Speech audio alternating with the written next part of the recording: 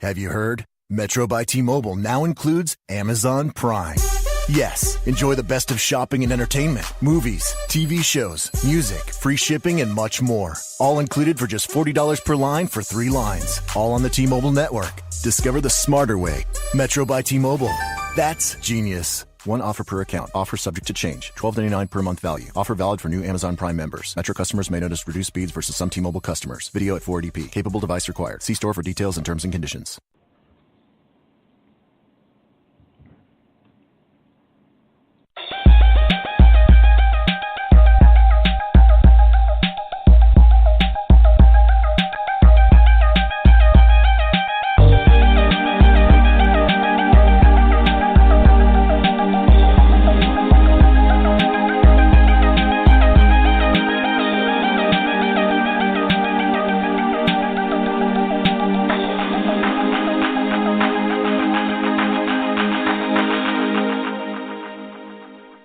Hello, everyone, and welcome to Aquarian Radio at aquarianradio.com.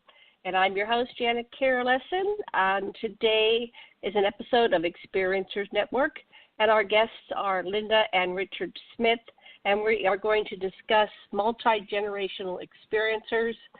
And they sent me a little intro here. Director James Carman, The Hidden Hand, covers alien abduction and government cover-ups.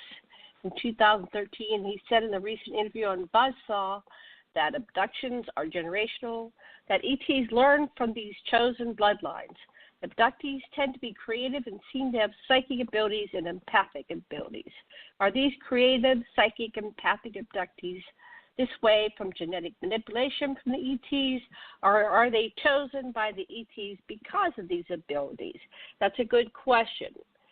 So I'm going to hand this over to Linda and Richard, and you can decide who wants to go first. And begin by explaining what do you mean by multi-generational experiencers. And I guess by that topic, you're saying that you are multi-generational experiencers. So tell our listeners what that means for each of you individually and collectively. Over to you guys. Take it away. First and foremost, that was my question that I put on there, Janet. I've been very curious about that. Well, that seems to be that the government chooses people, too, because of the psychic abilities as well for their Project Talent and their covert, black projects. So ETs and the government are looking for psychics. But this is the chicken and the egg. Are they looking for psychics because that's how we're born, or are they looking for psychics because of genetic mutations? And she who asks the question, you must have a good hypothesis or idea what the answer is. What have you discovered with your research? I really, honestly, don't have research. I have just a knowing that hits me in my gut every once in a while. With our own experiences, yeah. Exactly. Yeah. Yeah. And what's your? Go ahead. Go ahead. Explain what you saw. What I saw? Well, in your experiences, the multi-generational. I personally feel that it's. They're watching their experiment, so to speak. I think that we are psychics and empaths, etc., because of their intervention. And as we progress, so they've intervened, and so what you're saying is they've intervened and they've somehow changed us genetically, so we're more psychic and empathic. And as they watch us from generation to generation, they want to see how their original genetic mutation affects future generations down the line. Okay.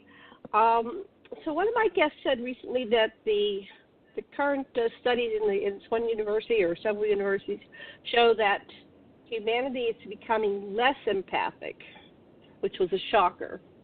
But I've heard about these programs where they come in and they either manipulate the fetus and create the fetus, or they come in later and manipulate the fetus and they introduce other genetics, other DNA.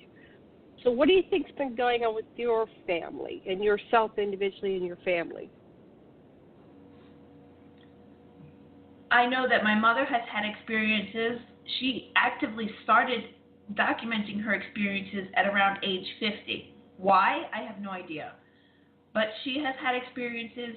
She suspects her mother has had experiences, myself and my children. So that would make, if my mother's suspicions are correct, that would make my children the fourth generation of having experiences. Yes. And the same happened in my family. My grandmother told me about her, which would now be an abduction experience. And she told me she didn't know how to assimile it. That was 1964, and Betty and Barney Hill hadn't even really come out yet. So she was explaining it the best she could. Right. So, and, you know, I'm an experiencer, and had I had children probably, well, I do have children, but I never gave birth to any here. I've seen my children. So they're full-on extraterrestrials, having a life in some other plane of existence. But your children are all here. Yeah. Yes. Go ahead. Well, no, not all of them. But I think had you had Earth children, they would have had experiences as well. Because I think they're watching or studying how their genetic mutations develop here on Earth, and not under their guidance 100% up there. Does that make sense? Right. Yeah. So they're doing an experiment. They want to see they've done these changes, and now they want to see how they evolve. So how are you different than humans that haven't had any kind of intervention or manipulation? Ooh, I've never really thought of. I've always thought of myself as different, but I've never really looked at it through the question you just asked me. The only thing I can say is I've always felt like I didn't fit in with my peers in school. I always felt like I was different. I always had this internal knowing that there was something different about me. I can read people very quickly from the moment I meet them. I can pick up on bad vibes, good vibes, whatever, their emotions. And I've always been like that ever since I was a kid. And probably all four of my children are the same way. Some have accepted it. The others, there's only one that I think is still in denial about the whole thing, and he's my oldest.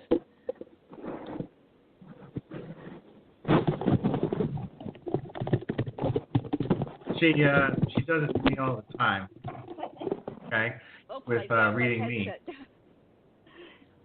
Say that again, because I just my headset fell off my head.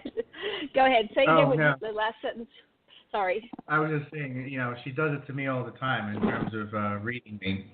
So, and picks up, and sometimes she picks up on things around me that I may not necessarily see myself. So, just this past Saturday, I was in a group of people after our New Mexico UFO and Paranormal group. We're sitting in the restaurant, and I read 3 or 4 people. I read 3 or 4 people that were sitting around me. It's just things that come to me. I don't know how to explain it. Like what kind of things come to you about the people around you? Okay, for example, one of the people that I read, from the moment we sat down in the restaurant, I kept hearing in my head the name Doris, the whole time. Finally, I said, close to the end of the afternoon, I said, okay, I don't know what this is or who this is for, but who knows somebody named Doris?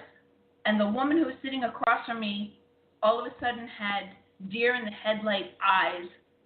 They got really big, and she looked at me, and she just shook her head, and she said, I'm going later on with Doris, my friend Doris, to the casino. Oh, my goodness. I had no idea. I was able to, most of the time, how I'm able to read things is if I touch something that somebody has worn all the time. The other lady Uh-huh. that was sitting across from me took her wedding band, and I was able to pick up on what she was going through with her husband, who I think they're getting separated, she said? Yeah. Yeah. So this has been something I've been able to do since I was a kid. I don't do it very well. I do it more often now than when I was a kid because I used to be made fun of. Mhm. My children I think they were just jealous. They were probably jealous that you could do things like that. Yes. Possibly, but 3 out of my 4 children already have what's the word I'm looking for? Have confessed to me that they can do that themselves, whether it's through a dream or just like me standing across from somebody. Richard and I were just talking about blood types. I know you have heard that O negative blood type seems to be the quote-unquote alien blood. The rhesus negative, negative blood, but I'm O negative. Okay. So go ahead. Well, what's your discovery? Mm-hmm. We were talking about this, and it just came to me recently. What if O blood, regardless of positive or negative, stands for original bloodline of their genetic experimentation, going back hundreds of thousands of years? And then there's alpha and beta. O is the global donor. Like O can be donated to anybody. O negative is the global donor. Mm-hmm. O negative is not just O. Okay, I'll look that up when we're talking. Okay. O positive can receive from both O negative and O positive, but only O negative can give to O positive. So O positive means that there's an antigen, and if you look it up, the antigen is described as a foreign substance. That to me is a clue. Foreign substance means some kind of genetic mutation or interference from our extraterrestrial scientists. Okay, here it is.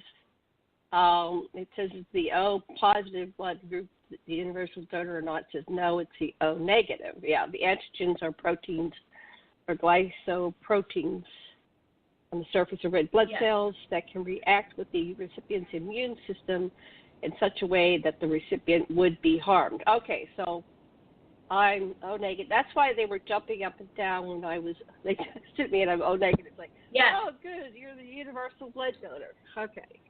What I would like to see is a study on O blood types, whether positive or negative, because if the link that I gave you about that, the hidden hand, alien intervention, and government cover-up, I'm just wondering if O means original bloodline, if the O blood types, are the more creative, more psychic, and more empathic of all the blood types. Because Richard and I are both O positive. So we have that foreign substance in our blood. Well, I'm not sure. You'd have to do the research. I'd be delighted to publish what you find. Yeah. I'm sitting here looking at the one article, and I'm trying to read it while we're talking, but that doesn't work so good. But that's a very good hypothesis. So what will you do to do the research on that? Because you're both O positive. No, regardless of positive or negative, I want to study the O blood type and see how many O people say that they have either psychic abilities or empathic abilities or creative in some way in the arts, whether it be music or writing or painting or drawing. Because if you watch that video, it says on there that the alien abducted people that he has studied that are generational tend to be more creative, psychic, and empathic. Right. So, you know who might have this data? People that he has that are generational. Hold on.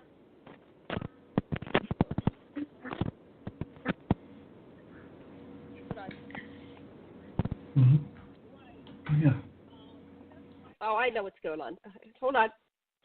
I got to turn off the speakers on my computer. Okay. So, Ray Hernandez, he probably has some information on that question. Ray Hernandez? They had those, okay. Yes, free. So you might want to drop him a line and just say, you know, do you have any conclusions on this?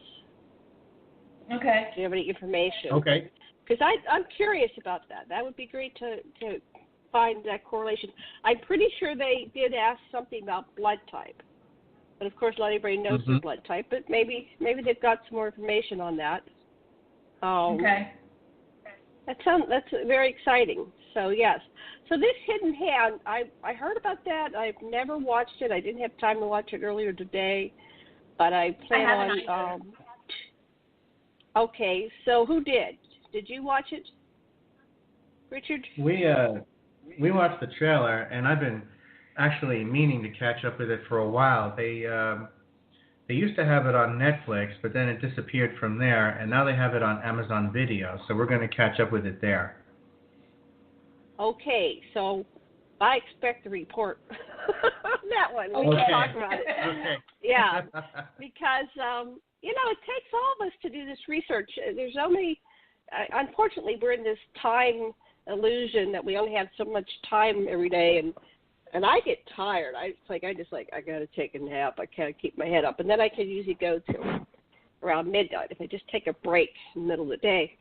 But it's really hard to keep up on all the research, and that's why it takes all of us to figure out this big, giant riddle that we're in the middle of. So thank you. I look forward to hearing what you find out. So what about you, Richard? So you're a multi-generational experiencer as well. So we know Linda has 4 generations. What about your family? I've often said in the past that I wish I could go back in time and have this conversation with my grandmother while she was still alive.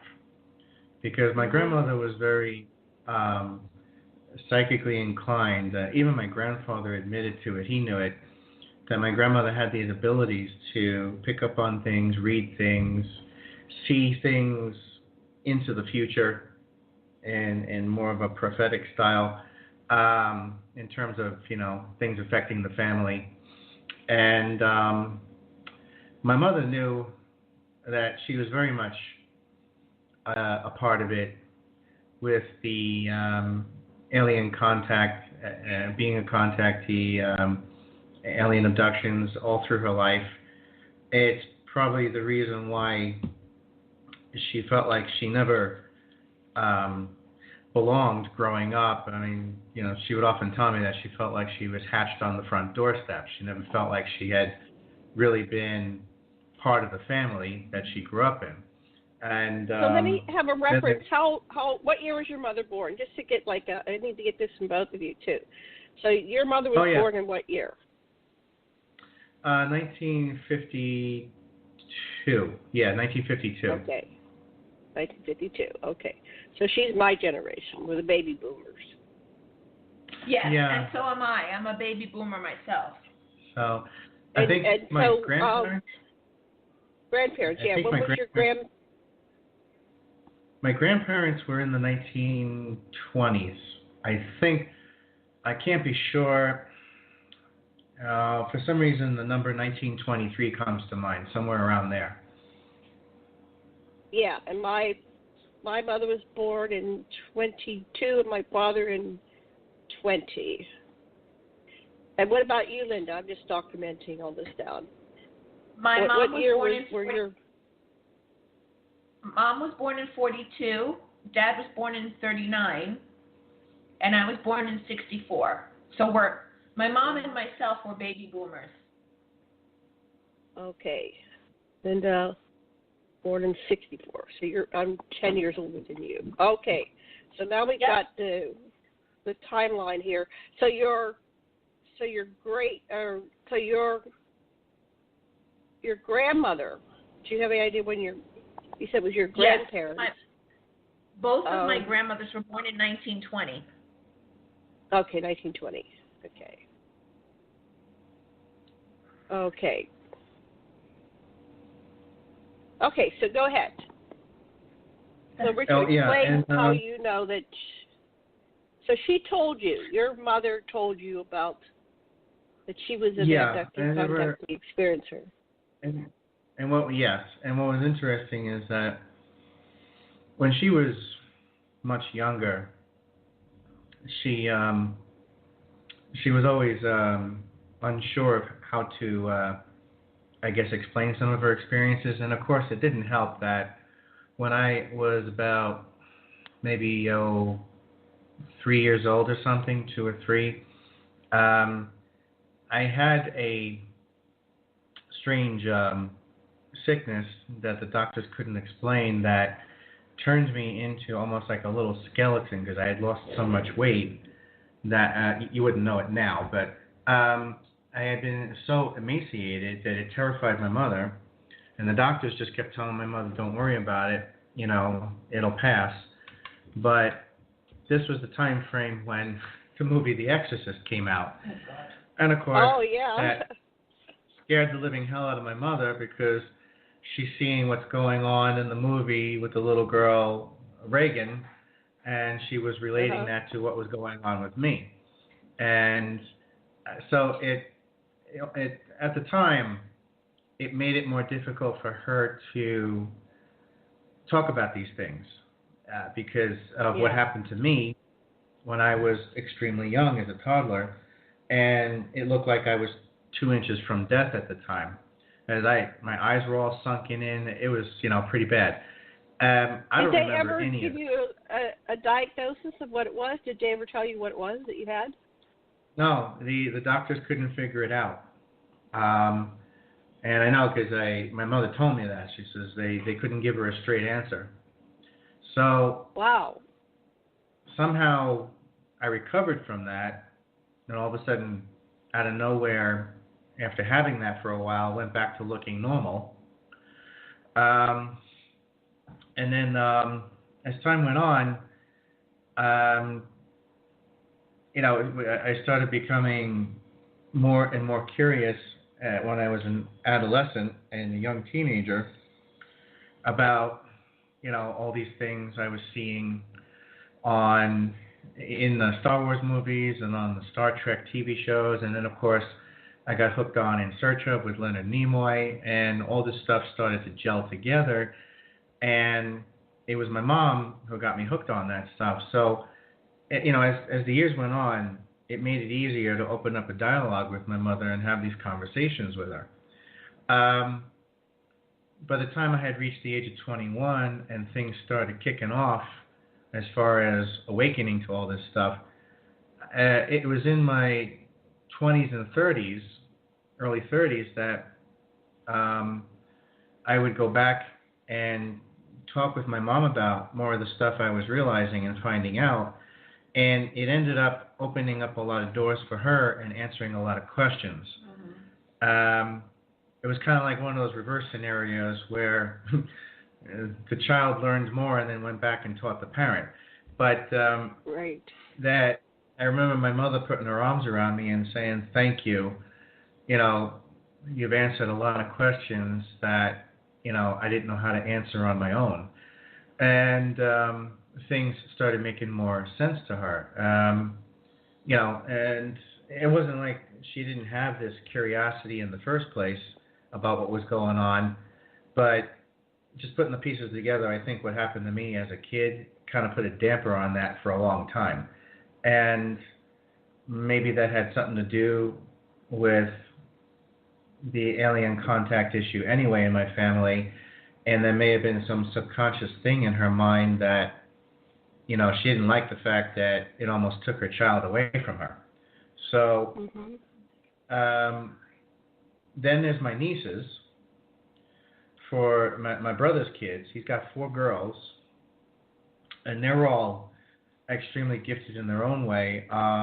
My oldest one, Isabel, who's now 16, when she was only 4 years old herself, when I was still living in New York, I could go over and see them anytime I wanted to. And one night I'm visiting, and my brother's like,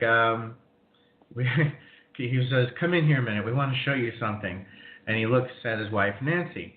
And Nancy goes and gets Isabel, and they sit her down with me in the living room where her little chalkboard is. And Nancy says, "Tell Uncle Rick what you told us."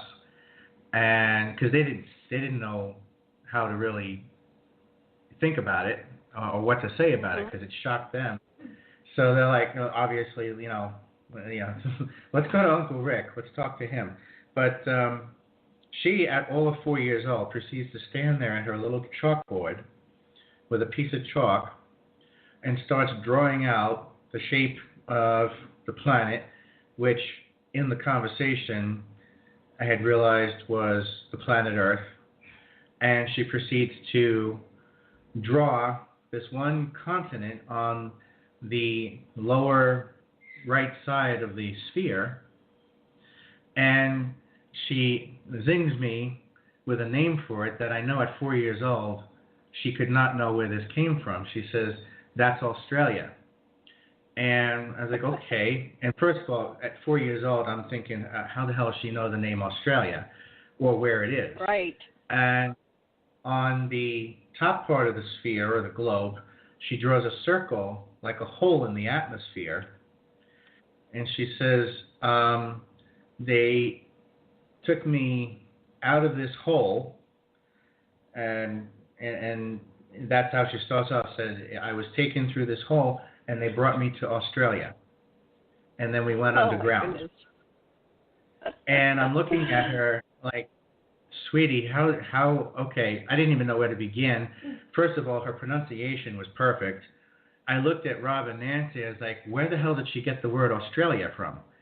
And Nancy had already been on, she had already been on the phone with her nursery school teachers, asking them, were you guys having any geography lessons? Well, nothing matched up. The teachers weren't teaching anything about that at that point. And I asked them, I said, "Is she picking it up on TV?" Because they used to, they would always put the Cartoon Network on, and she would watch SpongeBob SquarePants. All right. Well, I figured, with all the shenanigans on there, maybe something came up on there. No, nothing, because Nancy watches what they watch. So she pulls the name of an entire continent, which she has no clue where it is, out of thin air, points to where it is on what she's drawing on the board, and says, "This is where they took me, my friends." I was like, who's they? Who took you? "Oh, my friends took me." And we went up in, she says, we went up in this circular device. And so I started asking her, I said, who are these friends? And she had to stop and think about it. And then she got very quiet. And she said, "Well, they're my special friends who are up there, and they came and got me and took me to Australia." I said, "Okay, so what happened in Australia?" "Oh, they took me underneath." I was like, "You mean like under the ground?" And she goes, "Oh yeah."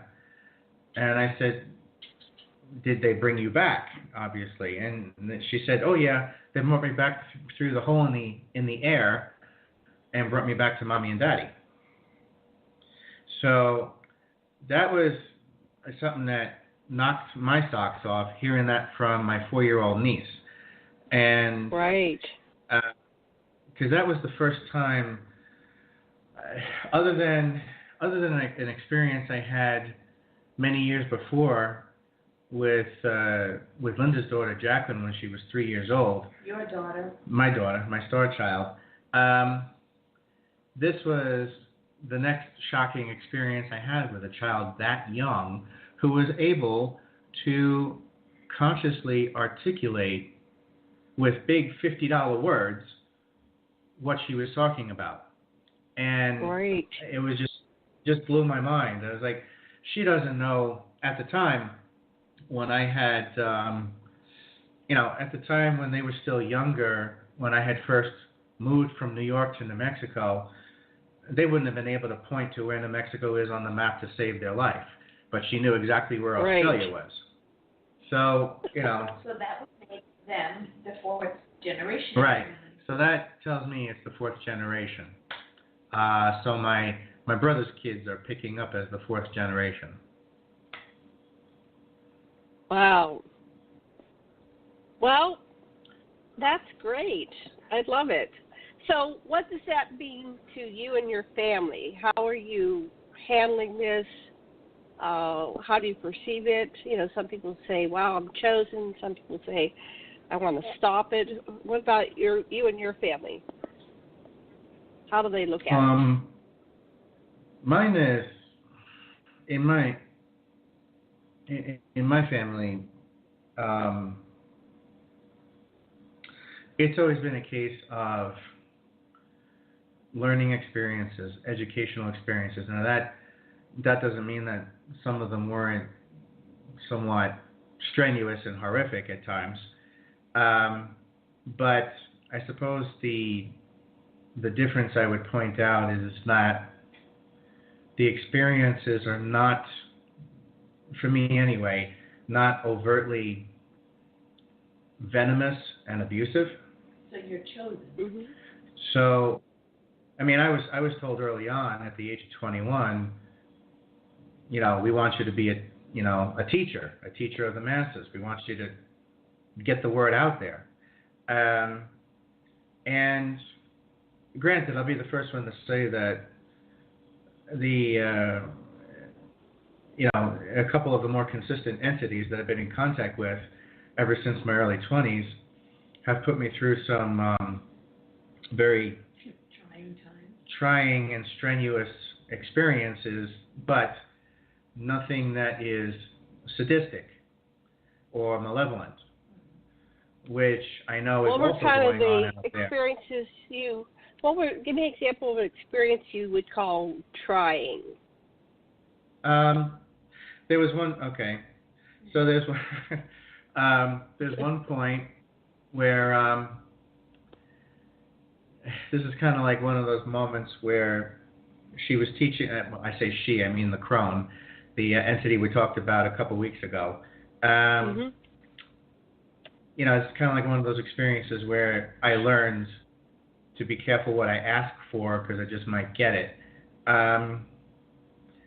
There was a time earlier in my life where I noticed I was having, even though I've never ever turned my back on what was going on with the more aggressive or malevolent victims of alien abductions, I've always been there to defend those people all the way.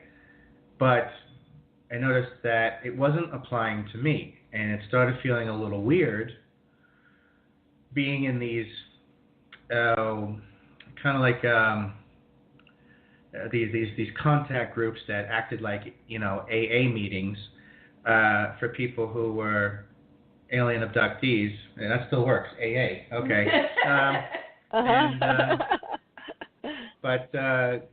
And I started realizing that I couldn't absolutely 100% relate to the victim mentality that had been impressed upon them, and rightly so. No denying that's there. So I started asking the question, what the hell's going on? What's the difference? Why is there this huge division between abductee and the other word that came later on, contactee or experiencer? Okay. Why is the abductee getting, what is that like on that side of the aisle? Because I wasn't feeling it. So to understand that a little better, I went, one of my experiences, I go to the crone and I say, what's going on here? Why are those people being so heavily abused? What is that like? She says, you want to know what it's like? She says, okay. Oh, no. But she says, remember, she says, you asked for it. And she proceeds to put me through a rather horrific scenario that, granted, she could afford to pull me out of it anytime she wanted, but she was going to let me linger in it right to the last second. And in that experience, I was put through the ringer with, this particular case was kind of like a hollow suite episode, but it felt damn real. And I thought I was rescuing a hybrid child. And what was running behind me were these vicious canines who were looking to tear into me every step of the way. And I was running through this marathon hurdle of obstacles, and eventually I got cornered. And here I am holding the child in my arms and telling her to close her eyes because I knew what was coming around the bend and there was no way to avoid it. Well, at that point, at the last minute, there was this glowing hole, like a hatch or an opening, that opened up above me. Turns out it was the bottom of a spaceship. And one of the entities reached through the hole, and I understood. They wanted the child. They were giving me a means of finishing the mission. But there was still a lesson that was being taught there, because they grabbed the child through the hole, shut the hatch, and took off before these hounds of hell caught up with me. And I told them, I said, I know I have to stay. I know I can't go with you. And because it was my job to stop them so that they didn't chase after them further. And after I knew the child was safely gone, these wolves, these canines, who were salivating at the jowls, they actually stood upright on their hind legs and surrounded me. It was almost like they were bipedal, but they could also revert to being four-legged as well. And they proceeded to surround me. And at that point, I was like, okay, this is the end of it. And they proceeded to all just pounce on me at the same time and were basically ripping me limb from limb and tearing out my entrails and everything. And I felt every bit of it. Nothing was held back. At that point, I blinked just from the sheer shock of the pain. And then after I blinked, I realized I wasn't laying on the ground being torn to pieces anymore. I was standing next to the crone. But what she had done was she made me watch the rest of it. I was actually looking at myself now being torn to pieces, and I was still feeling every bit of it. And she turned to me at that point, and she saw the look of excruciating pain on my face. And she says, now you know what it feels like. She says, now you know how the other half lives.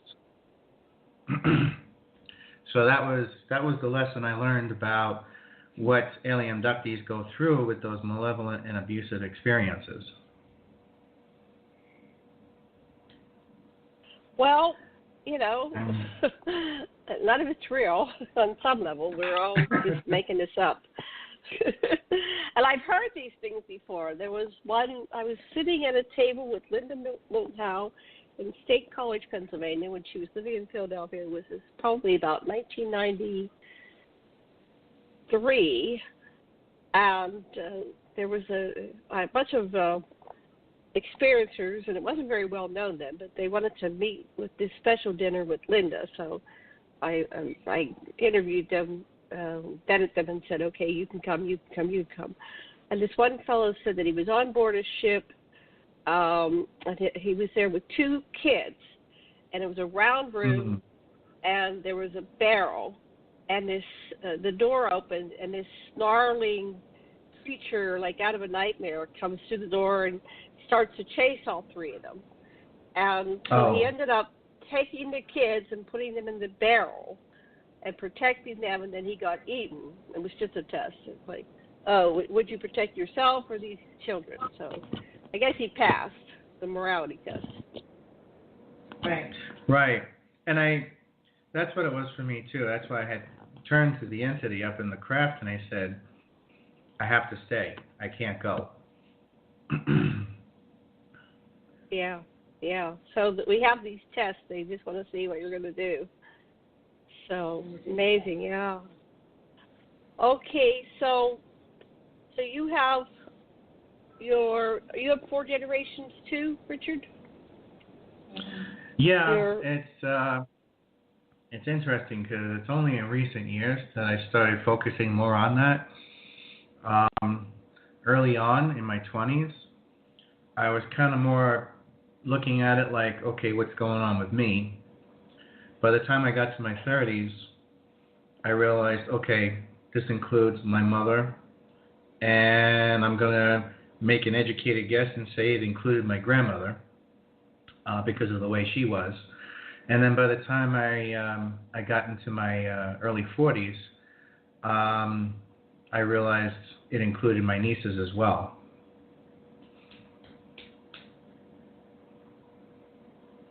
Well, my family doesn't really talk about it that much, so I don't know if I would get the same amount of info. So it's good that your family's more open-minded and willing to talk about it.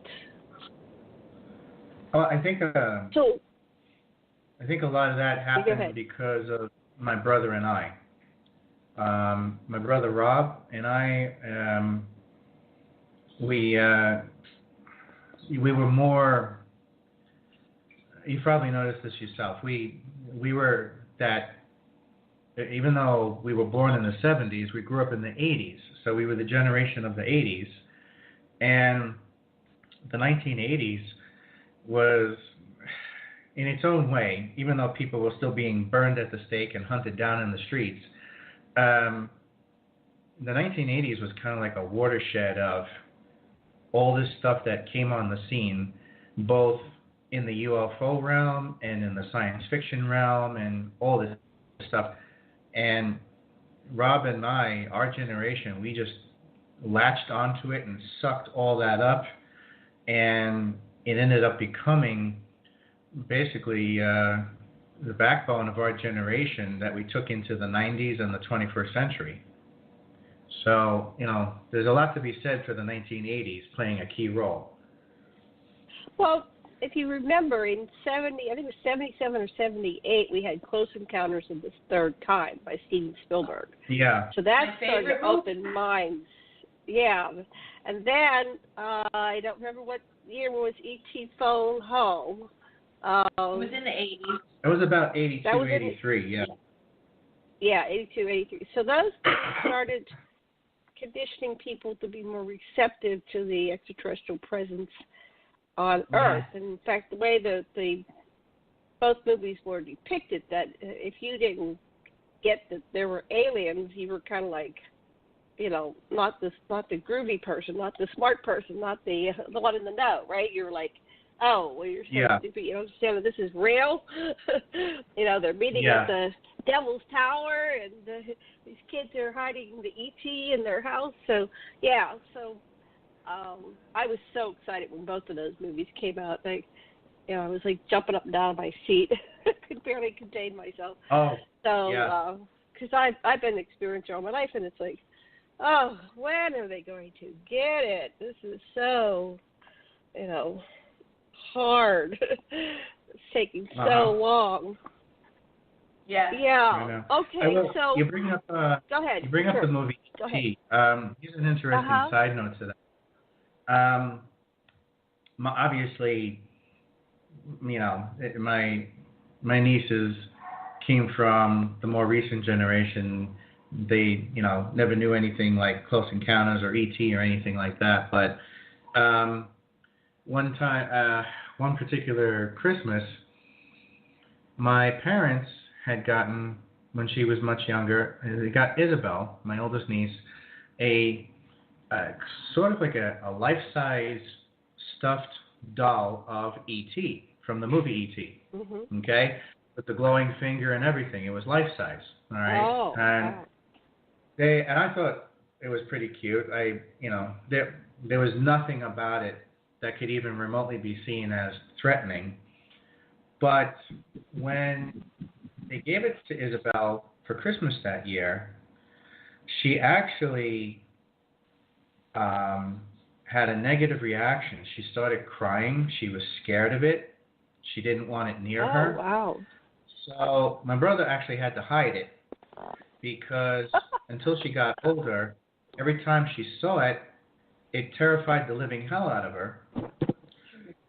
And this was, I believe, this was around the same time of her quote-unquote Australian experience. Okay, so my mother and I found that quite curious. It's like, what is she remembering? What is it about this E.T. doll that frightens her? And who knows? I mean, my mother and I analyzed it 6 ways to Sunday. The doll itself, even though it was soft and plush, it was positioned in such a way where the hands of E.T. were up in front of it. So because of the long fingers, we figured, okay, maybe that was menacing to her, some kind of a memory recall in the way the doll was positioned that scared her. But we could never put our finger on it except to say that she was recalling something. So we found that interesting as well. Yeah, probably. So, did she ever get used to it? Did she ever accept it? Later on, yeah. I think it's still flying around the house there somewhere after all these years. But yeah, it's. I think when my second niece was born, Sophia, she had the same kind of reaction as well at that age. So I don't know, something that was ingrained in them. Yeah. That didn't settle so well when they looked at the E.T. doll. That's cute. Well, you can't blame them because it's strange to their reality. And if they're having encounters, they sometimes, I remember when I was very little, I would run and jump in my bed. I would just literally leap. I would get close to the bed and just leap in the air because I was afraid of something that was going to grab my feet. They're going to grab me. But then I would look at that behavior. I'd say, why am I afraid of something grabbing my feet? It made no sense, on some level. It's like, there must be something going on. But I didn't have any way to symbol it because there was no one to talk about, like, ETs. But on some level, I knew it. I knew it. But they let me ask you, do they wipe your minds? Do they do the mind wipe with a lot of experiences, or do they remember things? For me, yes. I have a lot of black spots in my memory. I have like a slideshow, but not a moving picture in my head of my childhood. Okay. Did you ever remember them blocking you? Like, we're going to erase your memory? No, but I'm still going through regression therapy with Gloria, so. I had a unique experience that kind of crosses over between the paranormal and the supernatural. And okay. It was a very odd experience. And you brought up blocking, and just what happened in the experience wasn't completely blocked out, but there was something that happened in it that was, I recognized as an intentional act of blocking. And it was, my mother passed away in the end of December 2005. So mind you, that's 12 years ago. Okay. Mm-hmm. Shortly, there was some strange things happening with her contacting each of us in different ways in the family after she died. So the following 12 months of 2006 were interesting in different ways. What did she? What made her die? What caused her to cross over? She was battling cancer for about 4 or 5 years.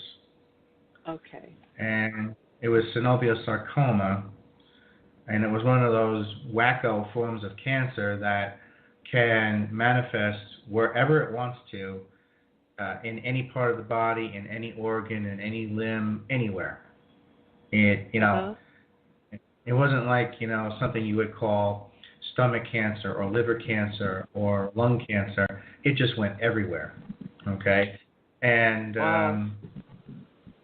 so when I talk about that in the book too, the whole scenario with my mother dealing with cancer and what happened with that. But in the following year, in 2006, and it wasn't too long after she died, I would say within the first 6 months, okay, of her passing away, I had a powerful experience where she came to me, and I didn't realize it was her at first. All I saw was this person sitting in a wheelchair, kind of like shadowed, like I couldn't fully identify who it was. Okay, and we were in. I immediately went up to see who it was, and as soon as I got close enough, I realized it was Mom, and I kneeled down in front of her to talk with her, because I was like, Mom, I have so many questions, where have you been, what's going on? I still have a lot more to talk with you about. And she got very cryptic in the experience. She says, I know. She says, I understand, but you can't be here. You have to leave now. And she says, please tell your brother, please tell Rob that I'm watching over the girls. And I said, but Mom, I don't want to go. What's happening? And I realized the environment we're in was it looked like an abandoned, almost like a cross between maybe a hospital or maybe a mansion, something like that, okay? Some kind of a cross between an old musty mansion or an old abandoned hospital. And there were windows, arched windows all around on the walls, tall ones. And as soon as I mentioned that I wanted to stay and talk with her, as soon as she told me you have to go, I started hearing the windows cracking, almost like, cracks in the ice. And I turned around and I saw there were these horrific serpent-like reptilian monsters some kind of shadowy reptilian element trying to come through the windows. And I could tell that she was holding the windows up. She wasn't letting them in. And at that point, I understood why she said what she said, and I looked back at her right away, and I said, Mom, we can handle them together. Let me help you. I said, I can take them on. And once again, she said to me, no, you can't. This is not the time to do this. She says, there'll be a different time and a different place for you to go after them. But she says, right now, you have to get out of here. And I said, but Mom, we can do this together. And she says, I'm sorry. Tell your brother I'm watching the girls. And at that point, as these things started breaking through the windows, she was holding them off as best as she could, stopping them. And she put her hand on my forehead and knocked me out. And that's when I woke up. And I can't remember anything that happened afterwards, but I woke up in a cold sweat, and I was just like, holy shit. And I didn't realize my mother was actually going after these things. And it was one hell of a wake-up call in that experience.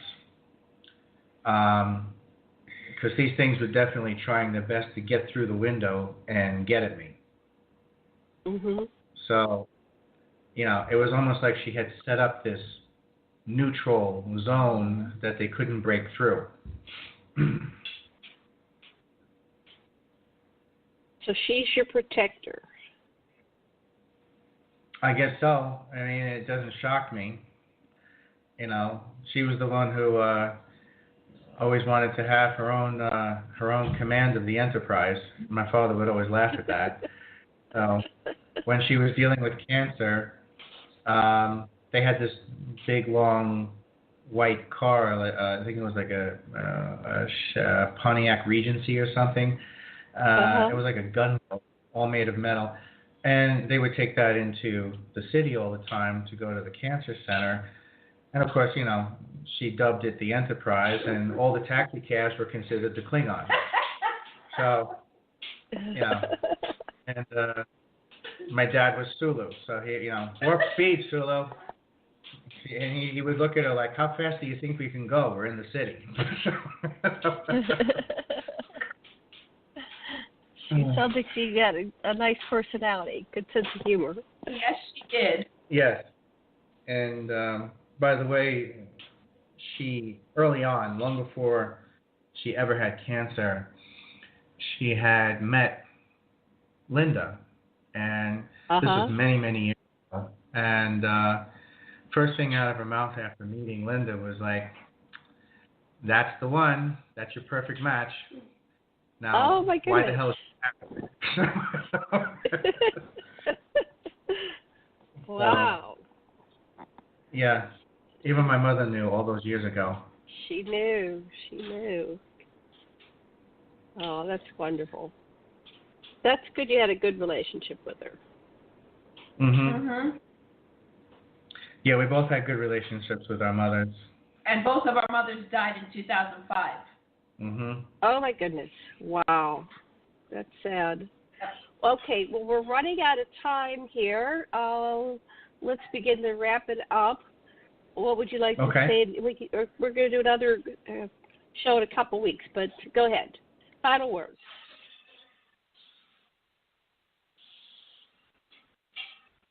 Oops. All right. Well, I guess they dropped. So we will just conclude. Thank you very much for listening today. And let me find my exit music here. Here we go. Thank you for being with us. We really appreciate you joining us. And we're going to have back Linda and Richard. Oh, here they are. Yeah. You're back. Hi there. Final words. Here, go ahead.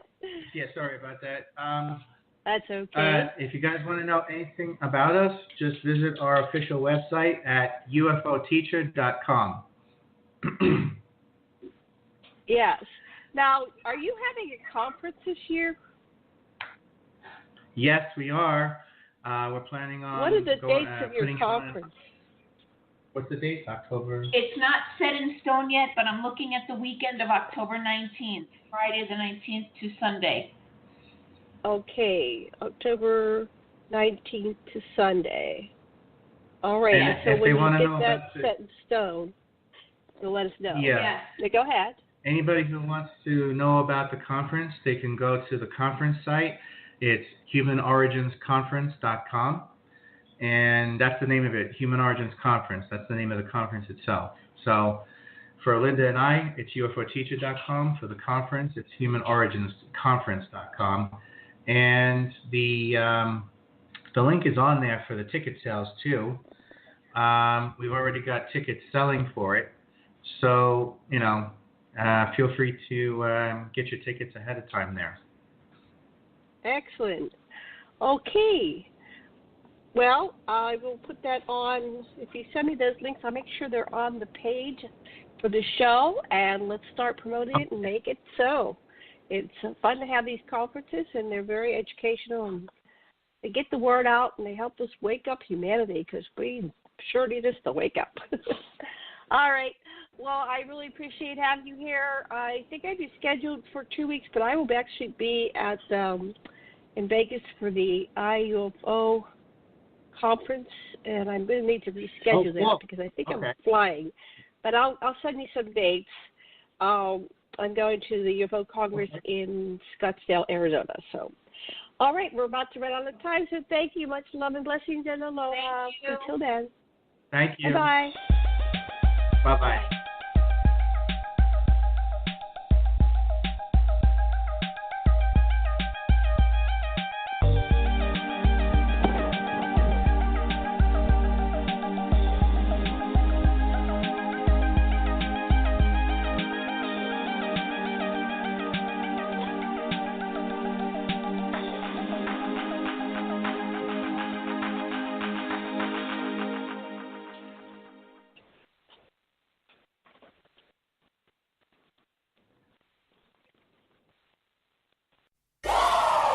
Want entertainment designed just for you? Then check out customizable streaming TV from Xfinity. It makes your life simple, easy, awesome.